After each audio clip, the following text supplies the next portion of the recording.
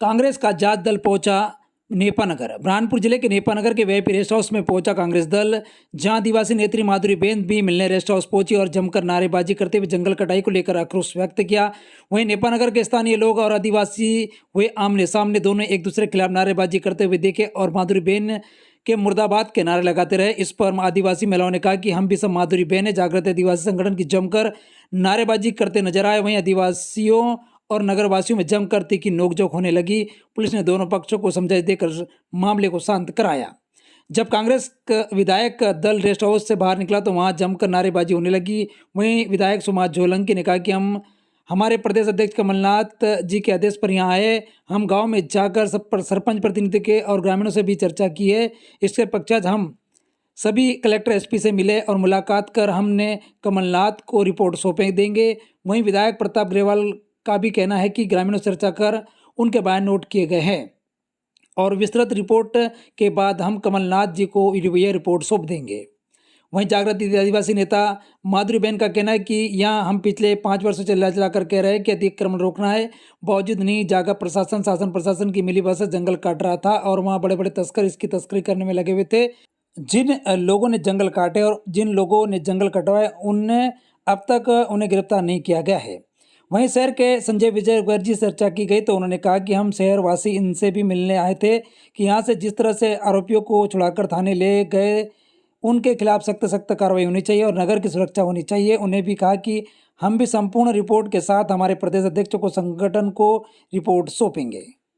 पूरी तरह से प्रशासन कहिए शासन कहिए उनके इतना पास में होने के बावजूद ये कार्रवाई चलते जा रही। पर जो आम जनों ने हमको अवगत कराया है, हर गांव का पंच से लगा के सरपंच, जिले का सदस्य चुना हुआ, उन्होंने सारी स्थिति से अवगत कराया कि कई सालों से ये हो रहा है। मुख्यमंत्री जी के कई कार्यक्रम इस क्षेत्र में हो चुके हैं। आम जनों ने उनको अवगत भी कराया कि साहब ये इस तरह की घटना घट रही है, उसके बावजूद भी कोई कार्रवाई नहीं हुई। इसका सीधा सवाल है कि उनका संरक्षण है, उनके मंत्रियों का संरक्षण है, इसी कारण से इस तरह की स्थितियां निर्मित हुई है। जंगल को बचाने के लिए कांग्रेस क्या कदम उठाई? बिल्कुल, कांग्रेस तो हमेशा जनहित के ही काम करते आई। हमारी 1.5 साल की सरकार में जब हमारी इतनी सारी गौशालाओं के निर्माण हमारे कमलनाथ जी ने किए, किसानों के कर्जे माफ़ भी किए, प्रकृति को बचाने के भी कई नर्सरियां लगाने के भी प्रावधान किए ताकि आने वाले दिनों में ये पर्यावरण से जुड़ी हुई सारे पेड़ पौधे वो बचे रहें, इसके लिए लगातार काम किए हैं। कांग्रेस कमेटी के अध्यक्ष कमलनाथ जी के निर्देश पर आज हम लोग बुरहानपुर के नेपानगर के वहाँ पर हम लोग गए थे, जहाँ पर जो पिछले दिनों अवैध वन कटाई थी। वहाँ पर हमने विभिन्न ग्राम पंचायतों से सरपंच आए थे, जनप्रतिनिधि आए थे, उनसे चर्चा की।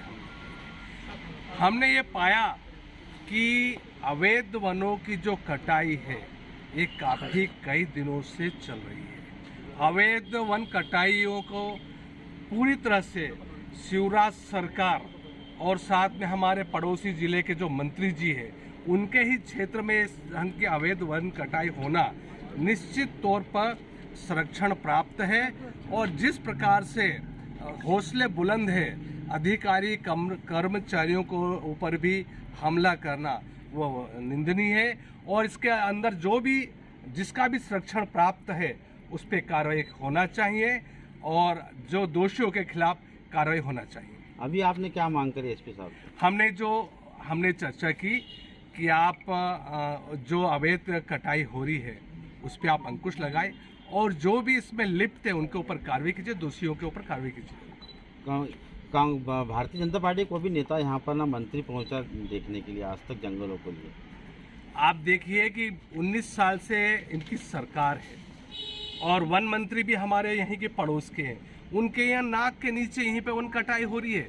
आज स्थिति ये है कि तीन अभी फॉरेस्ट अधिकारी से हमने बात करना चाहिए तो यहाँ पर पता चला कि एक भी फॉरेस्ट अधिकारी यहाँ पर पदस्थ नहीं है। इससे आप पता कर लीजिए कि किसका संरक्षण है, इसमें कौन दोषी है। 60 दिन में 3 बार फॉरेस्ट वन डीएफओ का ट्रांसफर हो गया, उसको देखकर क्या सोचना है आपको?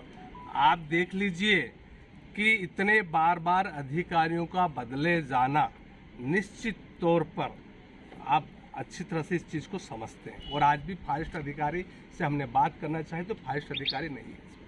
वन थाने में घुसकर अतिक्रमणकारियों ने आरोपियों को छुड़ा कर लेके चले गए। कानून व्यवस्था का लेकर क्या स्थिति, मतलब कि हमने जो सारी रिपोर्टें आदरणीय कमलनाथ जी को हम प्रस्तुत करेंगे, आदरणीय कमलनाथ जी इस पर जो एक्शन लेंगे वो सबके सामने होंगे। अतिक्रमणकारियों ने जो कब्जा करके वहाँ पर भारी मात्रा में गन्ना भी उन्होंने पैदावार की थी और गन्ना भी सरकारी समिति को ही बेचा गया था, तो उस पर भी तो उस पर क्या आपको बोला कि उस पर रोक क्यों नहीं लगाई सरकार ने? ये जांच का विषय है।